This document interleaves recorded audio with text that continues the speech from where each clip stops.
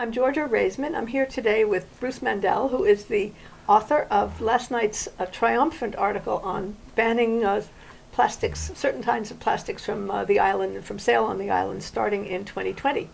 Thank you for coming, Bruce. It's really great to have you, and I want to hear more about this plastics ban. First off, explain to people who might not have been there or have not read the article in the special town meeting, what exactly is being banned by this article? Oh, it's a good question.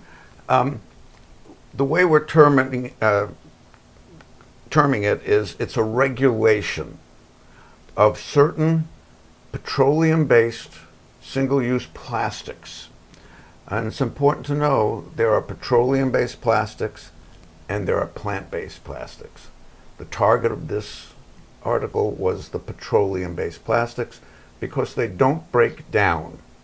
Even if you recycle them, try to compost them, if they say commercially compostable, they only break down into smaller pieces of petroleum-based plastic. Which is still very damaging. It's very damaging, you're right, and it's harmful to the health and safety of the people living here. It's harmful to the environment. They unnecessarily fill the landfill, some of them. And when we try to recycle them, and the operators of the landfill take the plastics and bale them up, we pay to ship them off island, and then we have to pay a recycler to take them because the recyclers, they have no market for this plastic anymore now that China has decided not to be the garbage disposal place of the planet. So they're storing them, and these recyclers are starting to close down. There's really only one in southeast Massachusetts that's a market for this. So we pay to take, we think we're recycling, we're paying.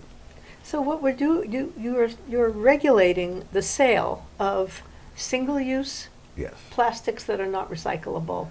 The No, we're talking about bottles. It's commercial, it's the commercial sale, distribution, and use. This doesn't affect individual use or family use. We're targeting the system where the manufacturers and the distributors make these products, we buy them as consumers, and then somehow we become responsible for the cost and the social responsibility for disposing of their product. We want the manufacturers to start switching to the plant-based plastics, and there are plenty of them, even at the Stop and Shop grocery store. Some of the products they're bringing in are already in plant-based plastics. And you can tell if you look at the little chasing arrow triangle that are embossed into these plastics.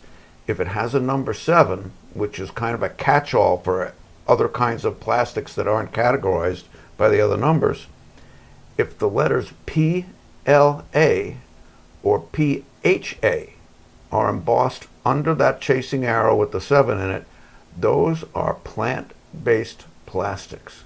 So those are the good guys. Those are, well, as far as Well, plastics are concerned, they're better guys. They can actually decompose and biodegrade into non-petroleum products. Here's an example. This is a coffee pod. Hold it up. And this coffee pod is a little different than the ones we're all used to seeing because there's no plastic cup on it. The plastic cups can take up to 700 years to decompose. This product is made from plant-based plastic ring, made from corn. It's a fiber-based lid, not aluminum, and it's got a mesh filter and the grounds. And the mesh is a fabric kind of. It's a fabric just like the mesh of a coffee filter. So it's biodegradable. These will completely decompose within 90 to 120 days in the landfill. So your feeling is that by enacting a law like a regulation like this, we will prod larger manufacturers and distributors into changing their ways. And the argument, one of the arguments that was made last night was that we're just one little island and this is some huge business that we're trying to move with our one little island. It's sort of like, but you could make the counter argument that we are the other end of that prod, right? We can, if you put us over a little triangle, you can Yeah. move the world, right? Is that what you expect to have happen, or do you think that we'll simply get less of the products that everybody wants to use every year? It's another good question. As consumers, we can drive the products that the grocery store wants to sell. If we insist on sustainable products, that's what's going to happen.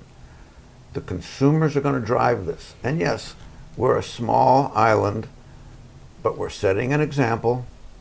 There are 4 other towns in Massachusetts that have already passed regulations prohibiting the water bottles that litter our beaches and our roadways. So let's get specific about what precise examples of plastics are going to be not allowed under this regulation. Water bottles, single-use water bottles? That's right. That's a good question also. This bylaw targeted plastic straws and stirrers, which the town is pushing for voluntary switching to sustainable compostable straws. This bylaw strengthens that by taking the voluntary nature and making it more compulsory.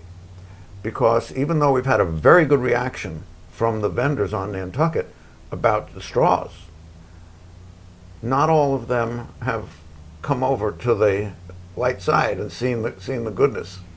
So now we're going to say you have to do it. We're going to target single-use cups, lids, the little forks, knives, and spoons that you get, the plastic ones that aren't compostable.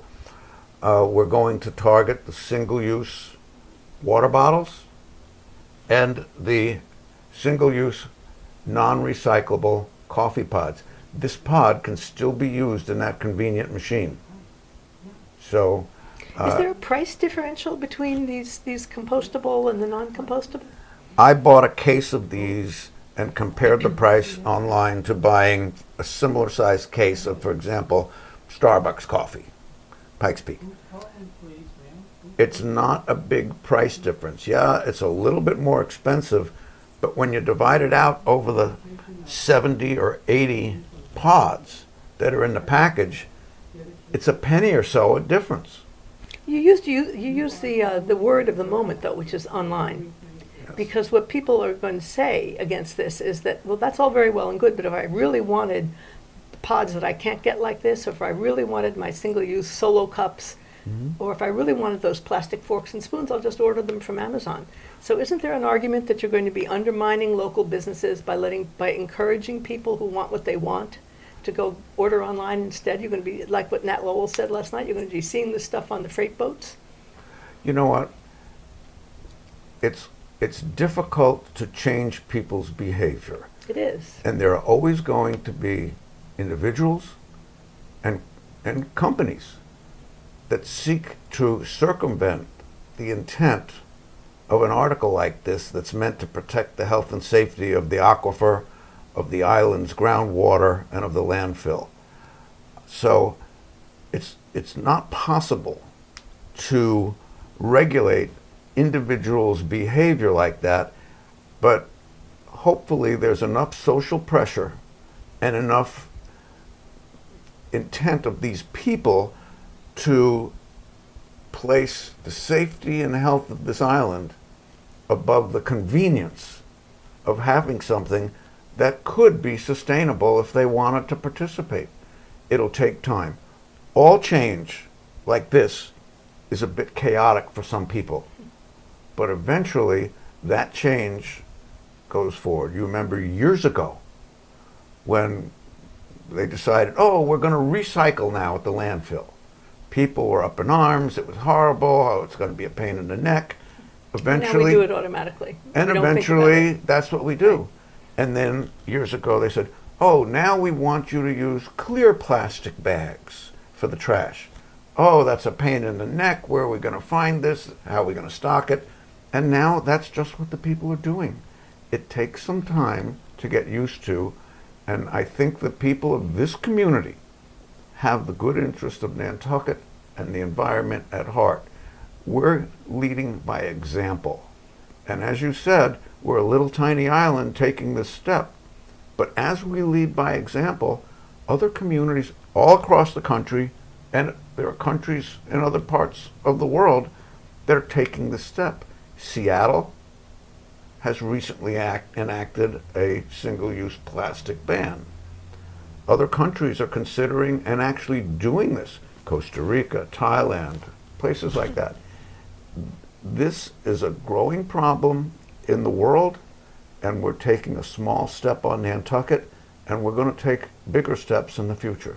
One of the things that was proposed was an amendment that would have exempted these little, I don't even know what you call them, the little things that attach the six-packs of beer and soda and all that are very harmful to marine life. When they get caught in them, they get strangled. Yes. And that was defeated. So I think there is some sense that some of the worst outrages in an environmental sense are perpetrated by these plastics when they get loose into the ocean and into the environment. So I think your message has gotten across with that. But one of the things that did happen was the amendment was passed that delayed this for a year. Now, some people say delaying it for a year is just another way of saying we're not going to comply. It's that we'll be nitpicked to death. How do you answer that? Do you view the delay for a year as a good thing or an acceptable compromise, and why?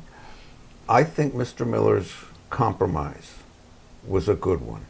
When I drafted this bylaw, I didn't have the benefit of town council. They don't do that for citizens' articles until after it was written and published. Town council made some good suggestions. I knew we were going to make compromises. Some of the concerns some of the local vendors expressed to me were, gosh, I have a huge inventory of plastic straws, plastic takeout containers. I might not be able to get rid of all of them or use them by next June. Yeah, it's only 8 months away. So I anticipated there might be some pushback on that. And then Mr. Kopko raised the issue, and so did some others, about, hey, I got a lot of this stuff. I'm going to end up having to throw it in a landfill anyway if I don't use it. Right. What should I do? The compromise to push it out a year, I think, was a good compromise. It gives some of the local vendors and restaurants and bars the opportunity to find other alternatives. For example, there are fiber paper plates. I got this at Disney World, but this company, Echo, makes these kind of products, and I'm starting to see them on Nantucket. But it's good to give the vendors time to adjust to this. And I think we'll see more and more people taking advantage of that time. The school system uses a lot of plastics, and hopefully they'll switch over. They're not affected because they're not commercial selling these things, but hopefully they'll set an example for their students. Have you met with representatives of Stop and Shop? No, I tried to speak to a manager several months ago about this, but they were way too busy and weren't interested. This might be a better time of year. Yeah, so I'm happy to speak with them. I saw in their recent ad in the Inky that they indicated they had spoken with the town's recycling coordinator, Graham Durovich, who recently got this position. So I'm pleased they're taking this initiative. They say they're recycling the brown bags that are brought back to them.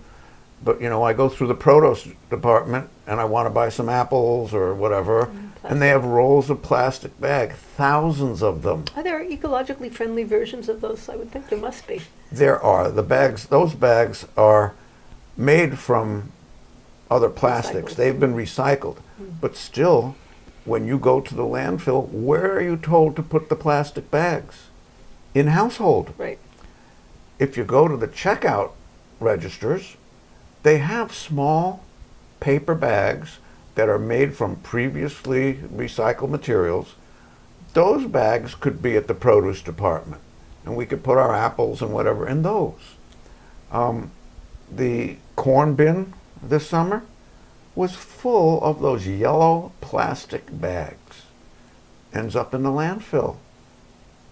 Well, I'm thinking about availability too of things like the pods and this sort of plasticware for picnics and parties. If if they're going to have to be replacing forks and knives and single-use cups, do they have a wide variety of those things now available? Or They do. I'll give you an example. At the Green, they have switched over to products made by this company. They have completely gone to compostable, with a name like the Green, they ought to. and they're green, completely compostable utensils, and they're very conscious of how they sort their trash and what they're doing. So it's available. It's not that much more expensive. They haven't raised their prices because they're going sustainable. They're leading by example. I'm proud of them, and there are other roasted And the uses corner it, table, too. right? Corner table, Annie's. There are many places on this island that are ahead of the curve on this. It's just a matter of having it grow. And as far as availability, they are available. It's going to take the vendors time to go to their distributors and figure out, can the current set of distributors help me, or do I need to find a different set of distributors? So it's a problem, and that's why the extra time is probably a good thing. Mm-hmm. How did you come to be so deeply interested in this? Well, And how did you come to Nantucket, too, yourself? Oh, What's my your own gosh. Nantucket story? when I got out of the Army, I got a job working construction in New York. We had a project down in Greenwich Village, University Square, and there are 8-foot-high construction wood fences around it. I was the assistant superintendent. My job was to go there, open up the doors for the workers at about 5:30 in the morning, let them in. I would patrol the exterior or the interior of that fence, and we would find wallets, we would find purses, things like that where people had been mugged, And they threw them. and they just they took the money, the credit cards, and they wanted to get rid of the evidence. We'd collect them and put them in a box. At the end of the week, I would try to contact the people. One of the people I contacted was up in Boxford, and he was very concerned. Oh, my pilot's license. Well, we found his pilot's license. I was making about $80 a week. I returned it to him by snail mail. Several weeks later, he called thanking me. He was going to come to New York. Could I go to a hockey game and dinner with him? Yes. Long story short, I was getting married. He said, "Where's the honeymoon going to be?" I said, "We can't afford a honeymoon." And he goes, "Well, how about coming up to Nantucket?" And I said, "What's a Nantucket?" So we made our way to Boston. He picked us up. He flew us here. And he was a developer here, a controversial developer, Lindsay Perry. Oh.